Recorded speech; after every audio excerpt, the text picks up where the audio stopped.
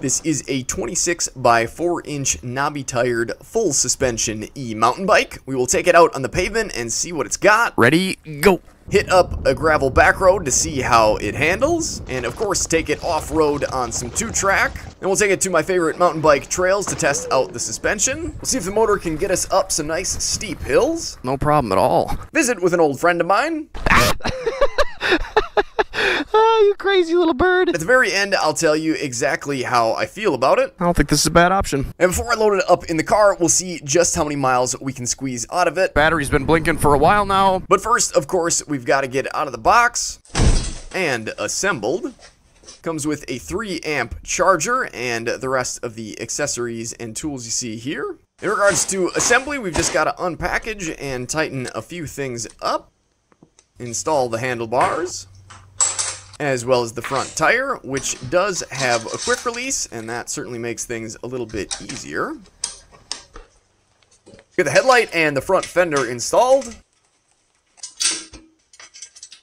For the majority of the ride, I will lean heavily on the throttle, but of course we do still need to install some pedals. And on mine anyways, it looks like they did a great job at tuning the derailleur. All the gears click over when you need them to, and it doesn't seem like it jumps off on either end, which is definitely a good thing. We've got 26 by 4 knobby Chaoyang tires. 180 millimeter slotted rotors with mechanical disc brakes, which are certainly not my favorite and not really the best performing type of brakes, but I guess we'll see how they work on the test ride. 7-speed Shimano shifter, which is a fairly common shifter, quarter twist throttle with ergonomic rubberized grips. Suspension on the front has adjustable preload on the left and adjustable compression damping on the right, which can be completely locked out if turned all the way to that position. And that can definitely be helpful if you really need to put some pedaling power down, because then you're not putting that effort into the springs. Fenders are metal and might be a little bit noisy, but it does seem like they should offer some good coverage and protection. Seems like a fairly sturdy rack on the back. 4-bar linkage suspension with an HLT 100 rated for 850 pounds. Pedals are nice and wide, made out of metal, and have some grippy studs on them. Chainring is about medium-sized to small, I would say. We've just got a little bit of plastic protection on the outside, nothing on the inside. And that drives our 7-speed Shimano cassette in the back, and we've got a Shimano TZ Tourney derailleur. There's the model number information on the 48-volt 750-watt motor if you're interested. The faux leather seat seems like it should be plenty comfortable, certainly wide and has some contour to it. Grab handle underneath here, which is super nice, and a little bit of extra cushion. The headlight is one that I've not seen before and has the reflector built into it. I'll turn this on. Display is one that I've seen before, definitely a nice colorful display. Once we get on the test ride, we'll have to see how easy it is to see in broad day sunlight and with some sunglasses on. If I hit the I button, it will click through the different bits of information that it logs, and it will also give us a voltage readout for the battery. 3 pedal assist level settings. That's something you could probably change if you wanted to. And the minus button here has the little foot next to it, which means if you hold it down for a couple seconds, puts it in a pedestrian or walk mode. If I hit that headlight button, headlight looks to be a bit of a spotlight, not super wide, but decently bright. Should definitely be enough to at least grab some attention, which is always good when you're on 2 wheels. If we turn the lights off, yeah, that definitely seems like it should do a pretty decent job at night. The rear light is a tail light, and I believe a brake light as well. Oh yeah, always a nice thing to have. So if I undo the quick release here and drop the seat all the way down to the bottom with my 31-inch inseam, it is a little bit difficult to get both feet flat down on the ground. I could certainly get one if I shift off to the side a little bit. Seems like it should be plenty comfortable. If you're a bit taller than me, this does go up to about here, where the hash marks are.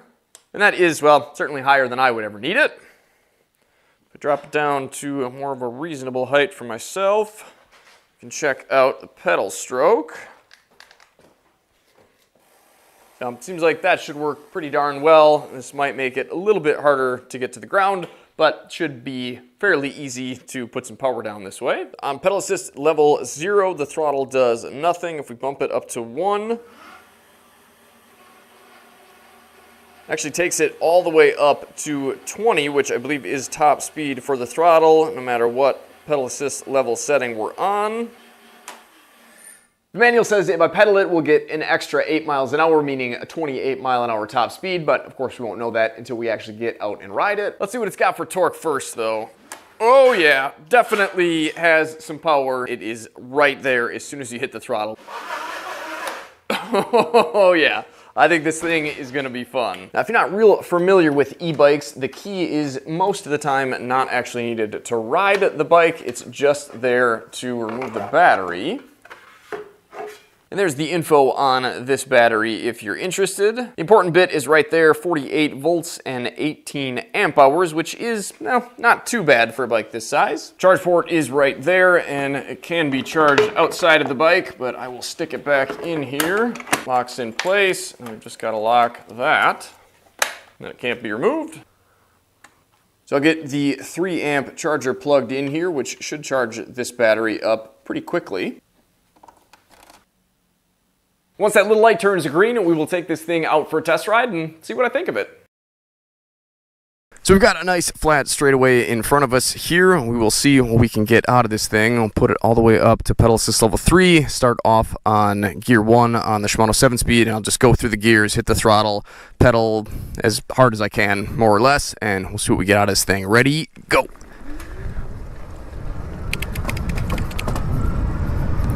Really quickly gets up to the 7th gear. Pretty quick too. 25, 26, 27, 28. We might see 29. Yep, there it is. Just a little bit. So I believe, regardless of what pedal assist setting we're on, the throttle without pedaling will keep us at 20 no matter what. Unless, of course, we drop down to 0, then it just completely cuts power. If we slow it back down, to pedal it on its own, doesn't really feel too bad. It feels geared okay. I mean, I think you could make it home on terrain that looks like this. I certainly wouldn't want to pedal it like this off-road for very long. Put it up to pedal assist 1. Certainly takes off.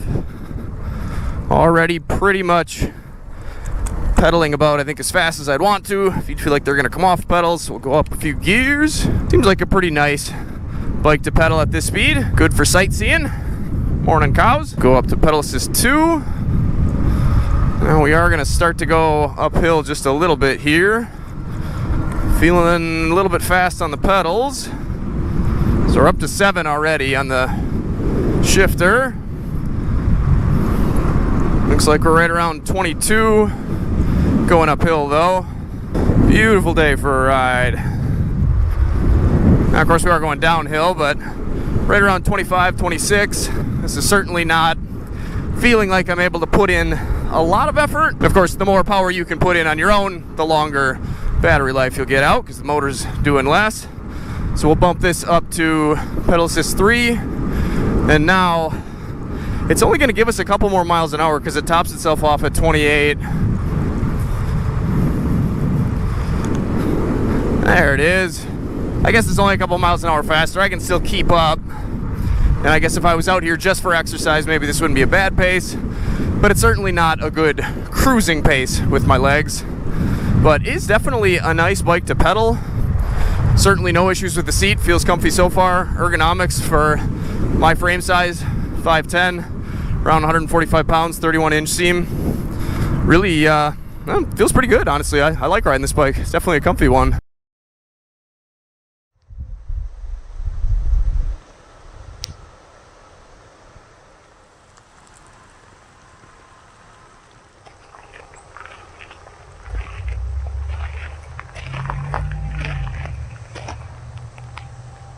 We do have some sort of dangly wires down here that I hadn't really noticed before. I guess I don't really know if there's a good place for those to go. Shouldn't be too big of a deal for the gravel section. Once we get off-road, it might be a problem. Let's give this suspension a bit of a test here. Unlocked the front here, and the rebound damping is loosened up all the way, so there's definitely going to be some squish there. We'll see how that feels. I did tighten up the preload a little bit since it seemed like there was a bit of sag. Let's get to pedaling here. And actually, let's see if we knock this down a bit, how long it takes for the sensor to kick in. We'll start at the top. Oop, watch the bump. Start at the top. And about 3/4 of the way through it kicks in and powers up fairly fast. Definitely not explosive power, but it definitely does have some good pull to it. Not the quickest bike, but certainly more than enough power to get you in trouble if you accidentally hit the throttle when you're not paying attention or engage the sensor when you don't mean to. So it's always important to remember that both brakes will have a sensor that immediately cuts power to the motor. Certainly seems like a pretty good gravel bike. I'm gonna keep my weight over the front to keep traction, of course.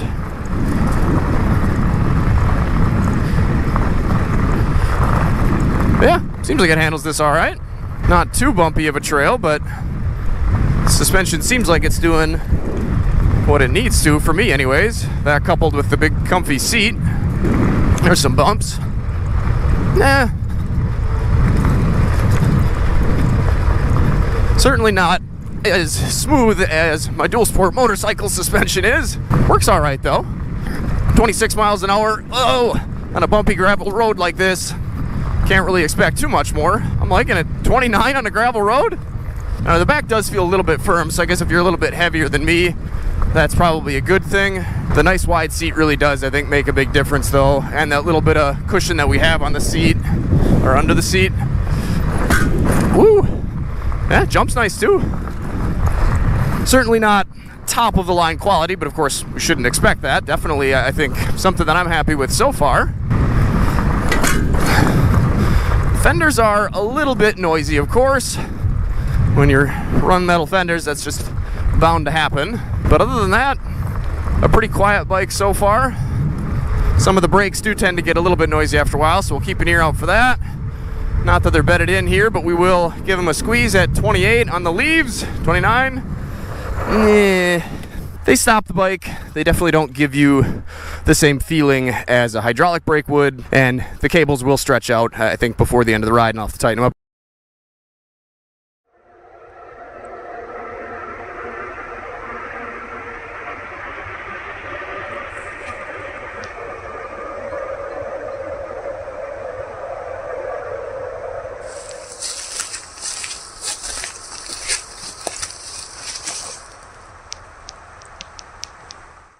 So standing up definitely feels good.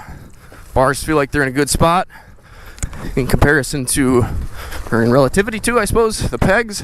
I can always call them pegs, the pedals. The pedals are nice and wide. Definitely makes standing up much easier.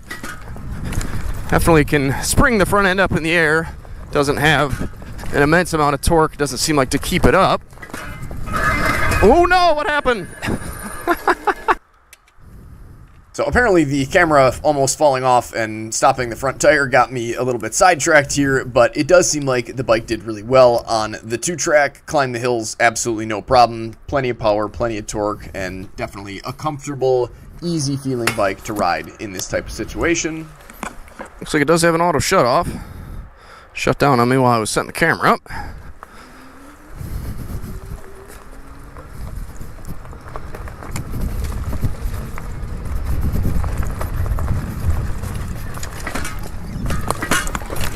And again, you can see here that the brakes certainly bring the bike to a halt, but don't really have the precision that I usually like to be able to get the back end up in the air. And if you guys are interested in things like this mirror or any of the other gear that I'm using, I can put some affiliate links down in the description. Let's see if we can do our turnaround here. Oh yeah, with the lack of a dual crown fork, we've got all the turning that we need here.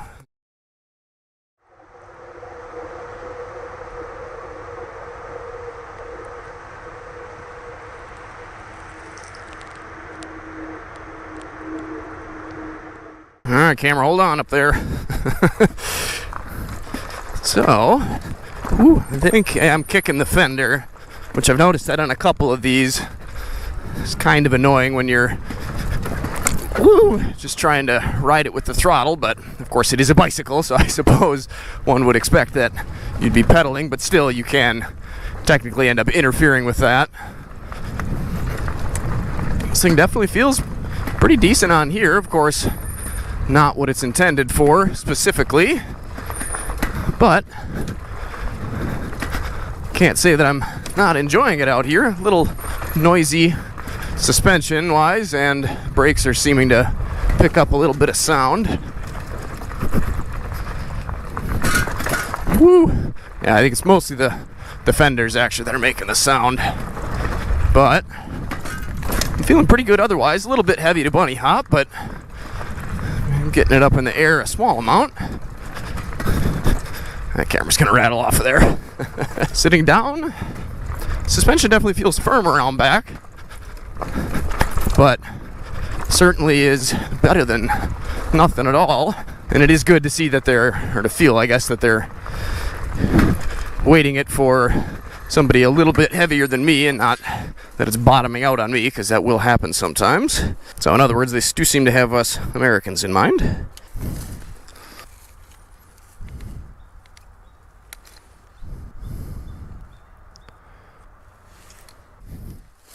That'll work pretty well.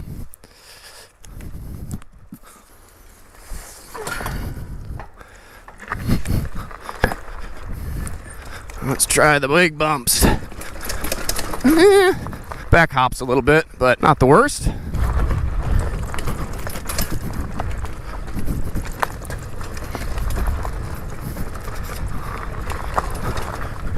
Yeah, it seems fairly easy to control. I'm kind of liking the paddles on the hand grips. Definitely helps make it feel a little bit more, easy to rest my arms on. Whoa, look out, chipmunk. Yeah, it seems like a pretty fun bike to ride. The throttle definitely gives you enough oomph to kind of get it moving, or get the front end up if you need to. So now I'm going to put this down on pedal assist 1, and if we can get it to shift here, we'll see what it's like to pedal this thing off-road. Definitely seems to work. Doing about 10 miles an hour. Not feeling like I'm overworking myself, and not really feeling like the bike is being overworked either, although we do got some steep hills to climb here. Gear that down a little bit, and we'll bump it up to pedal assist 2 for the hills. And then it's got more than enough power then. I'm not even doing anything. I realized some of the noise from the fender, the suspension, was not at all from the fender of the suspension. It was from the fender and suspension running into my camera there. So I think this is still going to be a little bit noisy, but some of the slamming was just from some interference there that I had caused. Good time for a snack.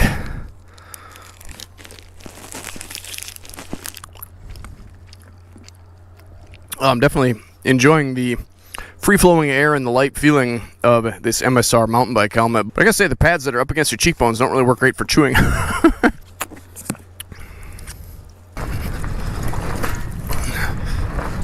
Yeah, definitely works. Feels, I don't know, there's something slightly awkward about the steering. It's just maybe a little bit too fast. Must just be the kind of tucked in rake, which is just the angle that the forks are at. But again, it's not really set up for terrain like this, where you need precise steering.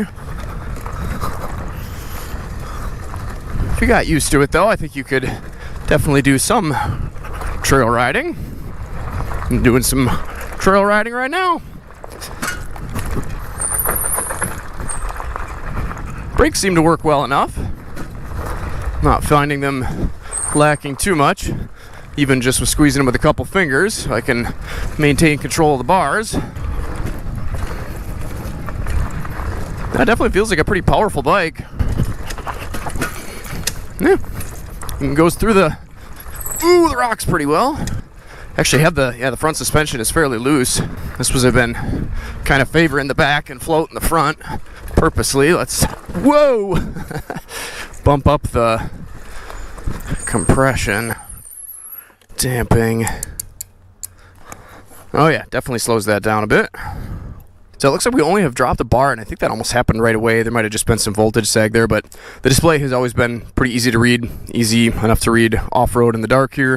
It was just fine out in the broad day sunlight. Not the brightest display, and maybe a little bit hard for you guys to see through the camera lens, but certainly has been working just fine for me in real life here. The throttle definitely does seem to have some modulation to it, which is of course good. I don't know how intuitive it is, but I haven't ran into any issues with it at all. Yeah, brakes definitely are needing to be adjusted already, but I am kind of leaning on them pretty heavy at times. It's just something that you gotta expect. And hopefully they get to a point where they don't need to be continually tightened. But there is, of course, an adjustment down here as well, and we could back off. That would essentially do the same thing, basically just shortening up the cable there. Should be a good trail for the suspension.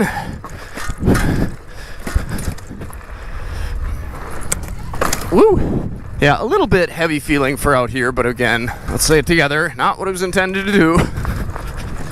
Works though. Yeah, definitely nice and stiff on the front there. Stiffer than I needed, I think. Which again is good to see. Adjustments are great, but if every single click does the same exact thing, then they're pretty useless, where this one definitely feels like the back is certainly set up for some weight carrying capacity, and the front can be adjusted to do some harder riding and also carry a little bit more weight. Now that I finally just got this thing to stay put, take it off, find us a tree.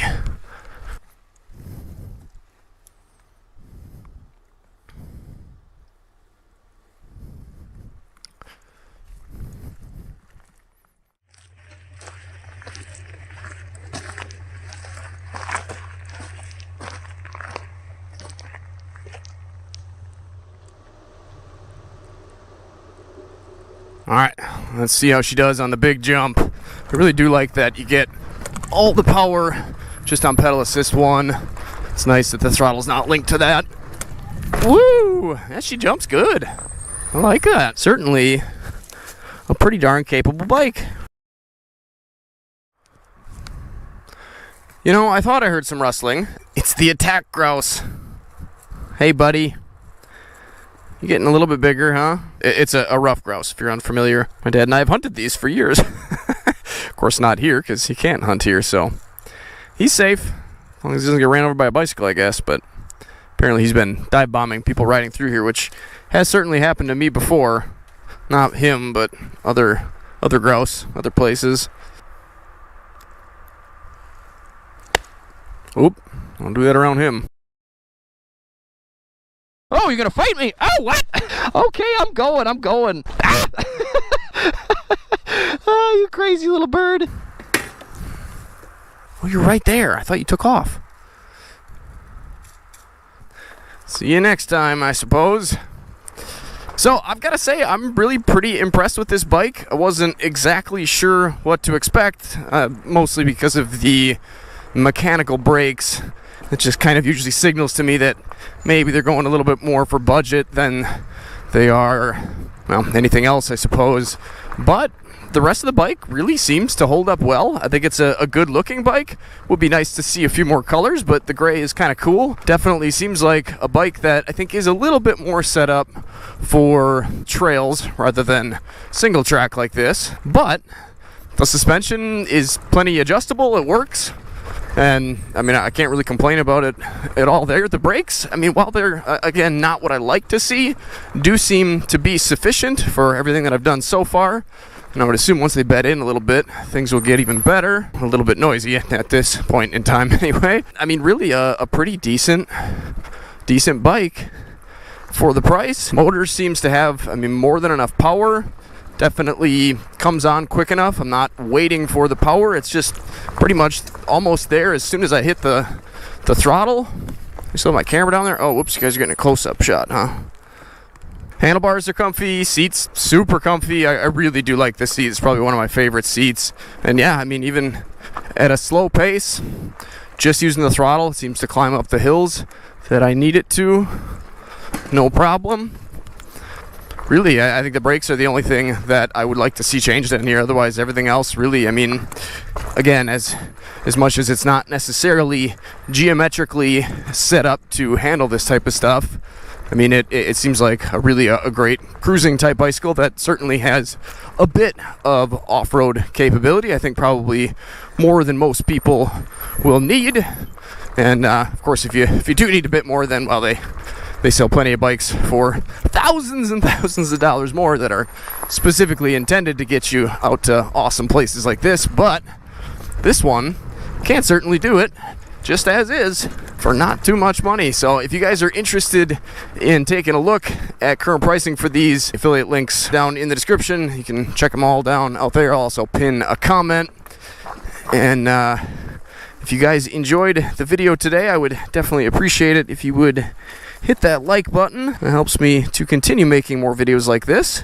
And if you are watching this on the Swanky Cat channel and would like to see more of these e-bike reviews in the future, it's not a bad place to subscribe, but I do also have the Swanky Bike Rides channel that I can link down below as well. Eventually that will be where all of these videos get put out. For now, thanks for joining me on either channel. Take care, stay safe, stay swanky, get out and enjoy this beautiful world any chance you get. And feeding yourself an e-bike for some easy cruising and a little bit of off-roading, I don't think this is a bad option. So thanks to Hiboy for sending this out to me. Definitely gets a thumbs up as long as you are purchasing it for the right type of use. It did a pretty darn good job today. So I've actually been past the car a couple times now, and I'm just kind of running this on some of the higher speed roads at top speed to see what I can get out of it. Battery's been blinking for a while now. Almost 18 miles on the trip meter, still giving me 20 miles an hour with the throttle. And when I go to pedal, I think it'll still get us up to 28, 29. Very little pedaling, and obviously off-roading, climbing all those hills and stuff. With the amount of power that the controller seems to be able to send the battery, or send from the battery to the motor, I mean, I'm not surprised that it drained it down with all those hill climbs that I was doing.